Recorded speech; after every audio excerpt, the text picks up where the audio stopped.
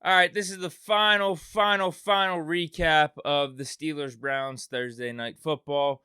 Although this isn't, it's kind of both final recap of that game, but also state of the Steelers as we sit here Tuesday, September 27th. So we'll go from what happened Thursday night, where do we sit right now, and then what needs to change going forward. So what happened Thursday? Well, the Steelers lost to the Browns 29-17, although I think the game was closer than what that score indicates because the Steelers were only down 6 points with their final last-ditch effort play with only 5 or 6 seconds on the clock. They try a hook and ladder, but that's when the fluke fumble happened. The Browns pick it up and score and make it 29-17, get an extra 6 points with that one. So, again, I think the game was closer, but it doesn't really matter because a loss is a loss. If you ain't first, you're last. On defense, I think the Steelers played solid in the first half. They made some nice plays in spurts and did enough to have the score be 14-13 with the Steelers up one going into halftime. But then in the second half, things started to change. They couldn't get off the field, couldn't stop the run, and couldn't cover consistently. Not a good recipe for success. On offense with the Steelers, I felt like there was a lot going on, a lot to take away from this one. And with the quarterback, Mitch, overall, I think he played pretty damn well. This was definitely the best game of his season. I know it's not saying much given there was only 3 weeks, but that's what we said we needed from him in this week 3 game against the Browns after the first 2 weeks. We needed more. We needed some development. We need some improvement, whatever you want to call it. And I think Mitch delivered. Although I do think there was some more left out on the table, particularly late in the second half where we just needed more. But again, this loss is definitely not on Mitch. I already talked about the defense, how they couldn't get off the field. But also, Mitch threw some dimes that our receivers dropped in critical moments, too, that maybe could have flipped the game one way or another. But I do think it goes back to, Mitch ain't losing you these games. Far from it. But he still ain't winning them either. You just would like to think that every little play isn't make or break. If there is a drop from a receiver, all right, 2nd and long, 3rd and long, we just keep the drive going. But it doesn't really feel that way with Mitch at the helm and with this offense right now. Outside of the quarterback, I think the offensive line played well again. We're seeing more improvement from Najee Harris throughout the season.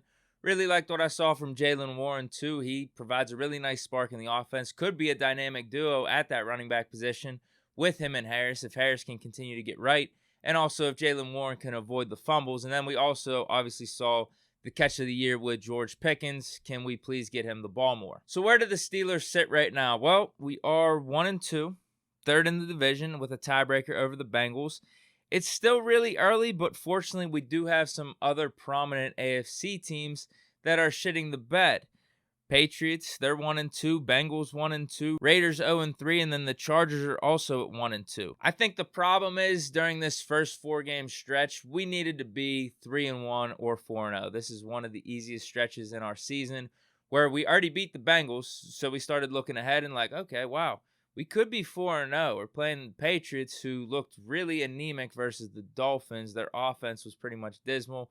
Mac Jones ain't playing his best. And then we got Browns with Jacoby Brissett. And then our 4th game is the Jets at home. Whether we're facing Flacco or Zach Wilson coming off this injury, we should be favored in that one as well. So yeah, obviously that's frustrating. Missing TJ Watt throughout this stretch clearly doesn't help. But seriously, if a player 2 or 3 go our way or go a different direction in these last 2 games, the Steelers could easily be 3-0 right now.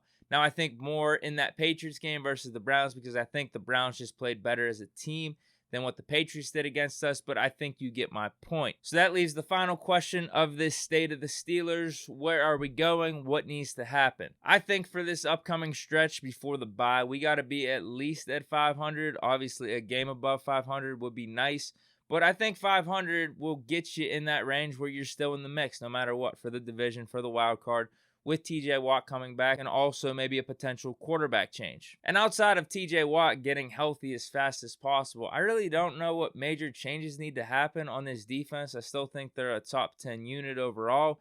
It's just they need to play a little bit better than what they did against the Browns, but that was no small task in trying to stop their running game. They have a really good offensive line. They also have 2 top to 15 running backs, and one could argue that Nick Chubb right now is the best running back in the league. So, yeah, TJ Watt get healthy. Maybe you could rotate the defensive line units a little bit, but Linebackers are playing solid. I think overall the secondary is playing solid. I know people want to rip on Witherspoon, but I think he'll be all right. I think he'll get right as the season goes on. Yeah, I think the defense will be fine. We just need TJ Watt back. On offense, I think Mitch earned more time based off the last game. How much time? What is the timeline?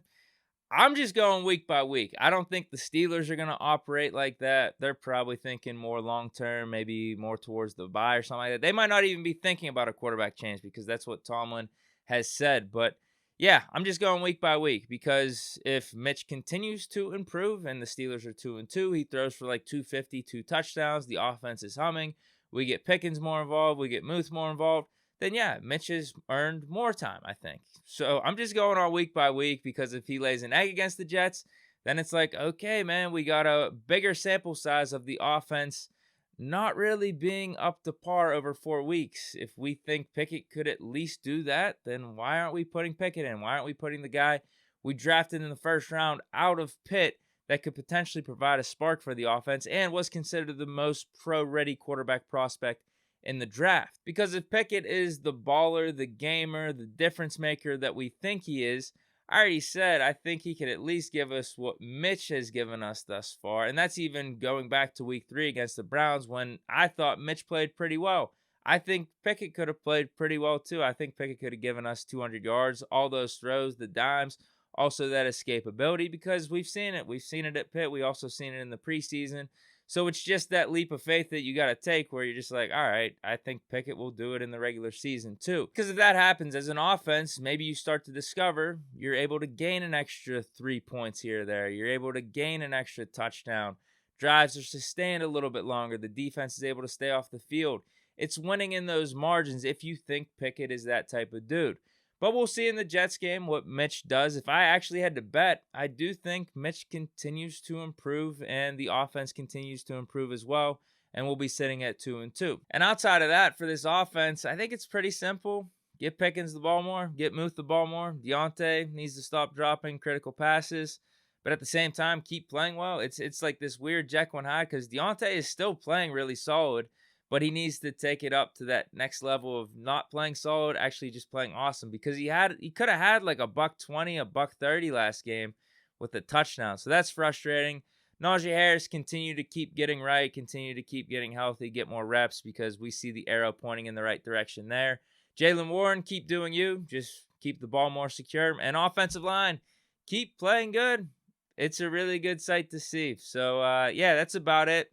Bounce back week this week against the Jets. And yeah, I hope you guys enjoyed this edition of Big Deke News. Stay chillin'. Let me know what you guys think about some of the stuff I talked about in the comments. Peace.